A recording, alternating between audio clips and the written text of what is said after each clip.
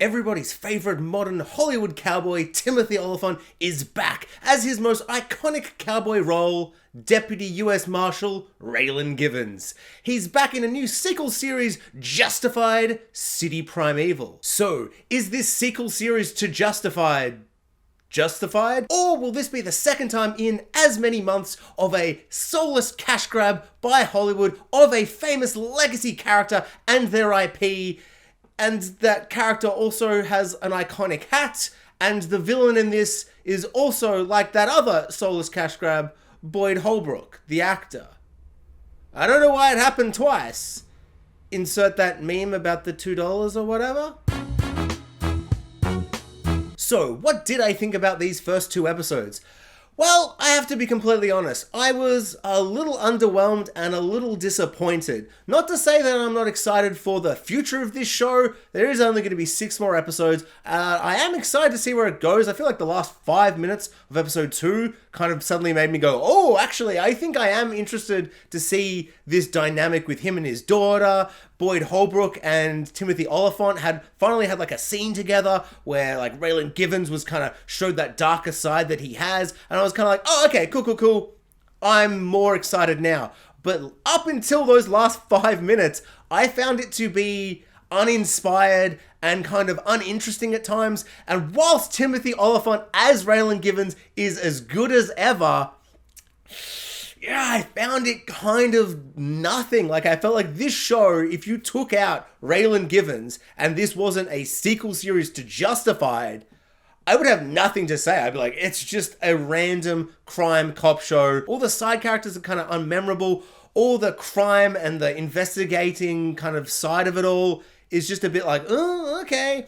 It's great to see Raylan Givens back, but the vibe and the feel of the show, it's a whole lot of ugh. And I feel like the main thing that kind of stops it from being the thing that it used to be is kind of the thing that I think excited me for a little bit, and then I suddenly realized as I was rewatching Justified, oh, I don't want that. And that is the change in setting. The first thing that really struck me was how similar this show is to Dexter New Blood. They are both sequel, one and done, limited series, sequel series to a show that was beloved, that came out like 10 years ago. They are both taking the main character and putting them into a new setting. With Dexter, so much of the feeling and vibe of Dexter was Miami. And then he went to the snow in Dexter New Blood. And so with Justified, so much of the heart and soul and vibe and feel of that show was Harlan. And that hick, hillbilly, redneck town vibe. And just all of that surrounding the show with the way people talked and acted, and just it had a flavor about it that was so unique and interesting. And now it's taken Raylan Givens into a new setting in Detroit. And so they are both so similar in those ways, except Dexter New Blood felt like such an interesting idea to kind of follow up and have a final season of this character, because the final season, and especially the final episode and the final scene, were so universally hated and disliked. Whereas Justified, I don't feel like it's justified bringing back this show, Justified. The ending, the final season is great. There really is no weak link to the seasons of Justified. It gets better and better, or it is generally the same consistency, all really strong, but the end is amazing. The end of all the characters is really interesting and good, and the final scene of Justified, it's so good. Like, I am rewatching all of Justified at the moment, and I'm like 6-7 episodes before the end, because I had like 11 days to watch the whole show, and I was like, I'll watch a couple of seasons. I probably won't even get that far before this show comes out, just to refresh my memory. I've watched 5.5 seasons. It's that good. I cannot stop watching it. I'm like getting up to when I need to like go to bed, and I'll watch 7 more episodes after that point, and wake up after 2 hours for work. It's just that good. And so I had to skip ahead. I didn't get to the finale, so I skipped ahead, watched the last 15 minutes. That final scene. Oh my God, I always remember it being great. It is spectacular. What a way to end Raylan Givens' story. And so unlike Dexter, where you bring back a character and you're like, okay, fix that ending.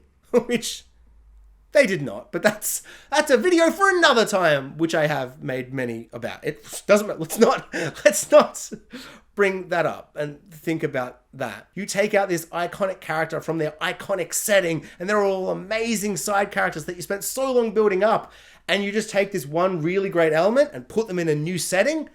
If that new setting isn't going to be interesting and unique and giving us something that we haven't seen before, you suddenly realize, yes, Raylan Givens is amazing, and it's great to see him back. Timothy Olyphant is amazing as always, but it's just missing every other element of Justified, which is why I love Justified. But I didn't want like Boyd Crowder to come back. His story was completely told, and kind of it feels complete and done. A lot of the other side characters, it's not like I wanted them to come back. I didn't want this to feel like a legacy sequel, like some of the movies kind of can feel like when they bring back these IPs and just have member berries where all these characters rock up and they say their iconic lines from the thing you love. That's not what I wanted at all. And for a while, I was pretty excited to see Raylan Givens, this one character, kind of put into a different setting, a different unique place, and see how that kind of, like, what's that story? And now we've started to see that story, I find myself suddenly like, oh, okay, I guess I don't really care. And so Raylan Givens and Justified feels like it's so complete. It's such a complete story. They did so much with him. Like, what else do we want to see from this character? Like, it's great to see him back, but like, he doesn't feel like it's like there's no need, there's no justification to have him back. And so watching this show, like when he rocks up at the start and throughout the first 2 episodes, there's nothing in there. There's no inciting incident. There's no moment that makes me go, oh, wow. I've never thought about taking Raylan Givens to this place. Oh, I've never thought about the character if he's like this. The only thing that this show is doing differently in terms of like something new is that he's got a daughter who's like, you know, like talking, and she's like 15 or whatever. Like, she's an actual character now.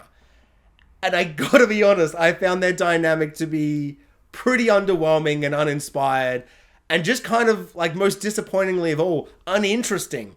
I found his daughter to be like a little weak, a little hit or miss, and I feel really bad with saying this because, this is their fault though, they put her in this, but it's Timothy Olyphant's actual daughter playing his daughter, and like, as far as I'm aware, she's not an actor, like on her IMDb, because I checked, because I was like, oh my god, his daughter's an actor too? That's awesome. And I looked, and I don't think she is, because this is the only thing she's ever been in.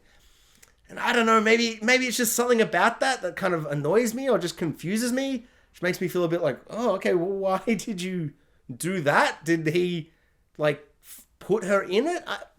I don't know. There's just something about that I feel a bit kind of, ooh. And if she had been amazing and the character had been great and everything about her had been amazing, I'd be like, that's amazing. Great choice. I can't believe she's as good an actor as he is. Oh my god, they're dynamic. It's amazing. But unfortunately, this is absolutely no Kurt Russell, Wyatt Russell situation. I do not think she's great. She's not awful.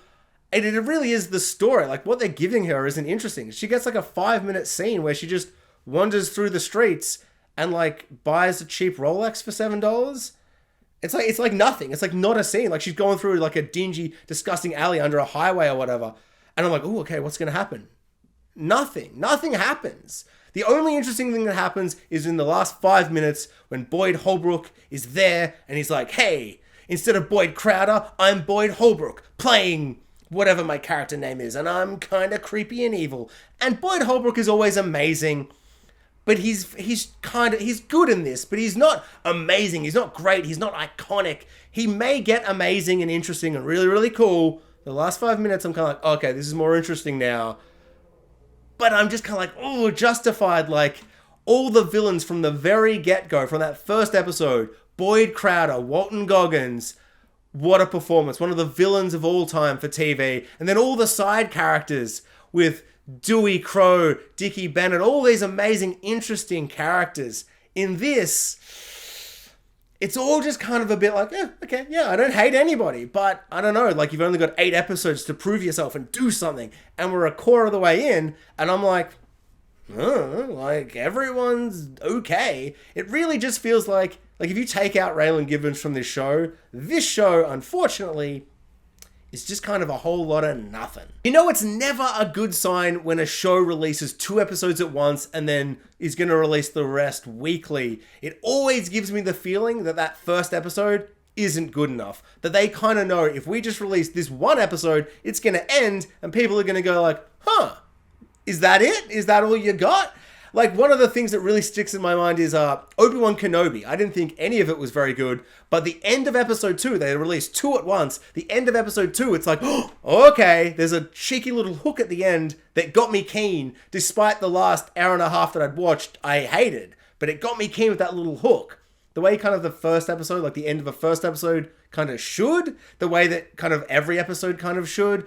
It also reminds me of Andor, which is like the best Star Wars thing that's come out in like forever. It's so good. But those first 2 episodes weren't great, and they released 3 at once. And that third episode, that third episode when I was watching, I'm like, oh wait, I'm actually in now. But if it had just been 1 or 2 episodes and I had to wait a week, I would not be keen, I would not be excited, and I wouldn't have any hope that the future could get better. And like Andor got really good from episode 4 onwards, I'm hoping that Justified City Primeval will get really good and really interesting and can do some unique, fresh, interesting things with the character and all the side characters and really give us something cool and awesome and a new story for Raylan Givens. So I've still got hope. I'm not saying that I think this is going to be bad. But unfortunately for me, I do not find these first 2 episodes interesting or exciting. Like, I found myself about halfway through episode 2 just kind of going like, oh, I kind of can't wait to get my review out so I can keep finishing season 6, the final season of Original Recipe Justified, like, because it's just so good. And I know, a sequel series, like, you don't have the same time. It's only going to be 8 episodes. It's not even going to have the original 13 episodes for a season. But it's been so long, like, they've had so much time to kind of develop an idea. And if you're going to bring back a character and bring back a show and a story, like, I always feel like the expectation is like a little bit higher. It's kind of like, oh, okay, if you're bringing this guy back, like, what's the amazing, exciting story you're going to tell? And so far, I'm like, oh, is this all you got? Like, I was kind of hoping for more. Like, it's not the worst thing I've ever seen. There were some pretty funny moments. I like Raylan Givens as always. But I've found like nothing so far except for those last 5 minutes of episode 2, as I said. Yeah, it's just kind of like, oh, okay, this is all you wanted to do? Like, we're already a quarter of the way through your one and done revival sequel series.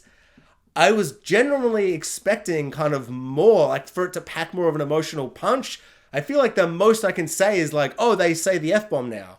And throughout the episodes, it felt a little jarring to be like, all these characters just throwing around F-bombs. It's like more realistic to like how real life and these characters would be. People would be saying the F-bomb, but it's kind of weird. It was kind of great to have Raylan Givens say it. It's like, ooh, bah.